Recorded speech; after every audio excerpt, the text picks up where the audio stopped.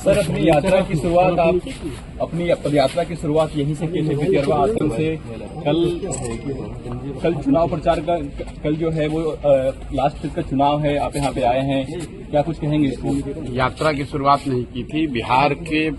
बिहार में बदलाव के लिए, बिहार में सुधार के संकल्प की शुरुआत इसी आश्रम से, इसी परिसर से हुआ था और आज उसका एक चरण पूरा हो रहा। करीब 3 वर्ष उस बात को हो गए और 3 वर्ष में जो कुछ भी हो सका है, प्रयास किया है कि ईमानदारी से, शुद्धता से, जिस ईमानदारी और शुद्धता की बात करके इस आश्रम से इस अभियान की शुरुआत की गई थी, उस ईमानदारी और शुद्धता को बनाए रखने का पूरा प्रयास किया है और यकीन है कि बिहार की जनता इस बात को देखेगी, समझेगी और आने वाले समय में अपने बच्चों के लिए, अपने इस राज्य के लिए, अपने समाज के लिए जाति, धर्म, पैसे के लालच से ऊपर उठकर लोग अपने बच्चों के बेहतरी के लिए, उनके भविष्य के लिए, अच्छा समाज का निर्माण के लिए लोग उस तरीके से वोट देंगे।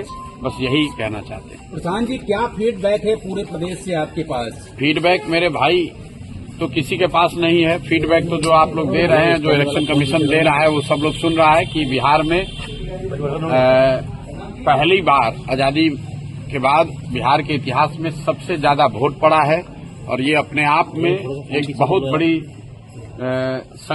बहुत बड़ा संकेत है, बदलाव का संकेत है। पहली बार बिहार में इतनी बड़ी संख्या में वोट पड़ा है, तो एक तरीके से गांधी के इस आश्रम में, गांधी के विचार से, लोकतंत्र के मानने वाले लोग की सबसे बड़ी जीत है कि बिहार में आज तक 65% वोट कभी नहीं पड़ा है।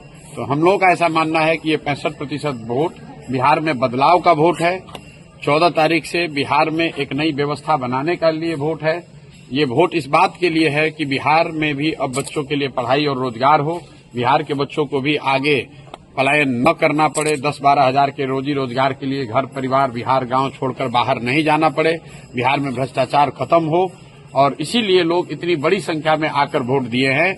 जितने भी पत्रकार हैं, विशेषज्ञ हैं, राजनेता हैं, किसी को अंदाजा नहीं था, किसी को अंदाजा नहीं है कि इतना लोग वोट दिया कौन है। और जो लोग ये दावा कर रहे हैं कि वोट किसको पड़ा है, उसको जब यही नहीं पता है कि वोट पड़ा कितना है, उस दिन 3 बजे तक, 4 बजे तक, जब तक इलेक्शन कमीशन ने डेटा नहीं जारी किया है, चुनाव के प्रतिशत के आंकड़े जारी नहीं किए, तब तक लोगों को ये भी नहीं पता था कि वोट कितना पड़ रहा है। लेकिन लोग टीवी पर, यूट्यूब पर आकर बड़े बड़े बयान दे रहे हैं कि वोट किसको पड़ रहा है।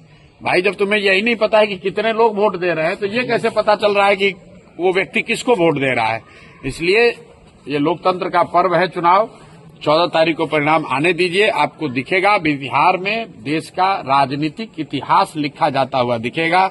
जिस तरीके से चंपारण के इसी धरती से गांधी जी ने स्वतंत्रता की लड़ाई में एक नया इतिहास रचा था, एक नया सूत्र दिया था, एक नया हथियार दिया था, उसी तरीके से हम लोग का विश्वास है कि गांधी के भितियरवा आश्रम से जो जन स्वराज का अभियान शुरू हुआ है, वो न सिर्फ बिहार में बल्कि बिहार के बाहर भी 14 तारीख को जब परिणाम आएंगे तो लोग एक इतिहास, नया इतिहास रचा जाता हुआ देखेंगे।